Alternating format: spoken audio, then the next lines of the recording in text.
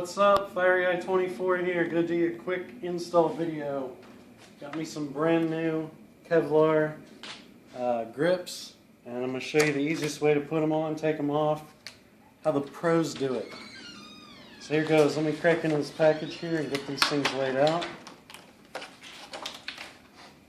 Now to get them off, you can get them off the same way that you install them, or you can just simply cut them off with a razor. I'm going to take them off the same way that I'm going to install them, just so you kind of get to see how that works twice. First I got to remove this bar end. If you have hand guards, it's pretty much the same story. There's usually a piece in there that as you tighten it, it wedges in the inside of the bar.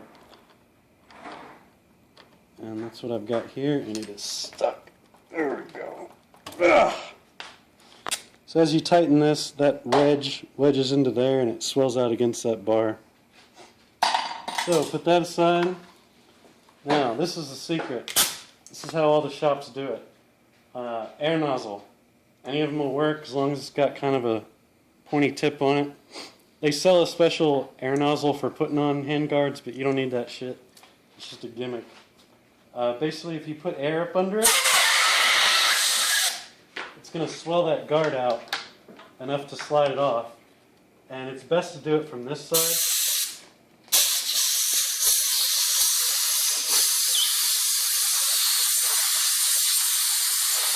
A lot of times you can't really get under it, and I'm missing my metal tip blower, so I'm just going to do it from this side.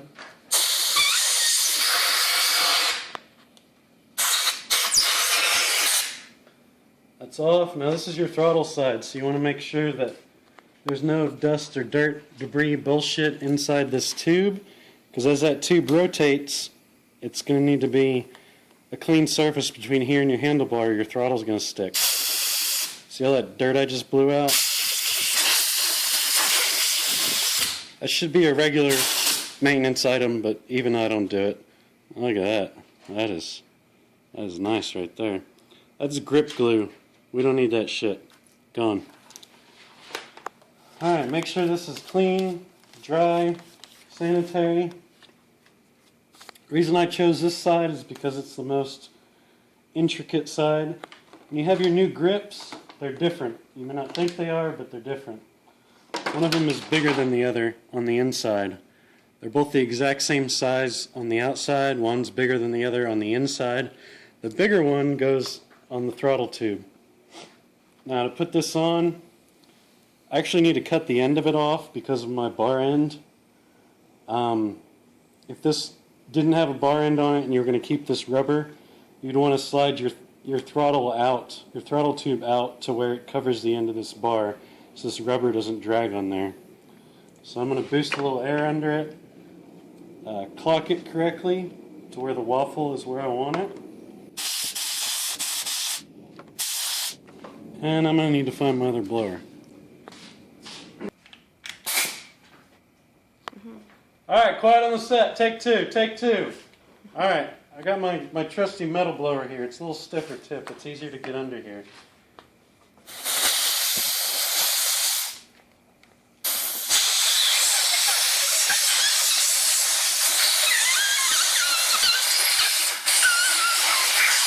That's the face I make when I try really hard.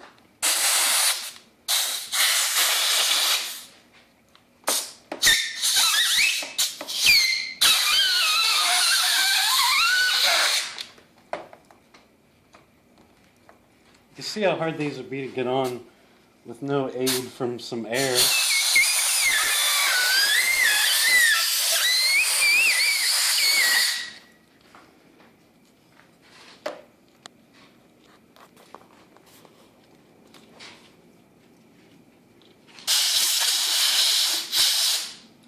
Alright, so if, look, I'm bleeding. Jeez. This is dangerous, kids. So I've got this on all the way, and the reason my throttle tube is spaced back a little bit so it doesn't interfere with the slider.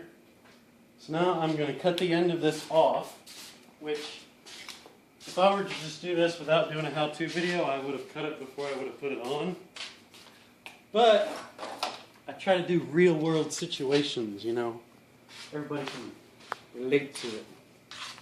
The hell's my knife? It's not my knife. The hell's my knife? Oh, there it is, razor. Got it. Alright. I'm going to just trim off this bar end. Right like that.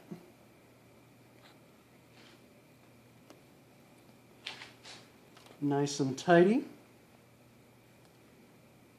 I'm making that face again. There we go. And now I can get under the end for my purposes here and boost it all the way over. You don't want it actually touching this throttle casing because it'll drag. See how easy that moved? I went a little too far, so I'm going to put some air under it and bring it back. Right there.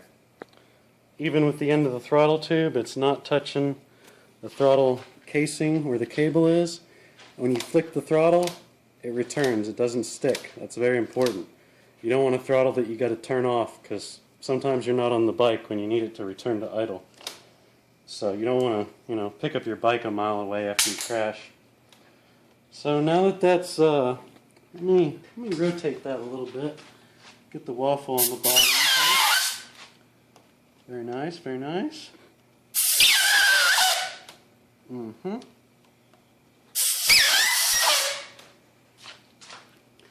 There we go. Alright, everything's nice and free. Now I can put the bar end back on.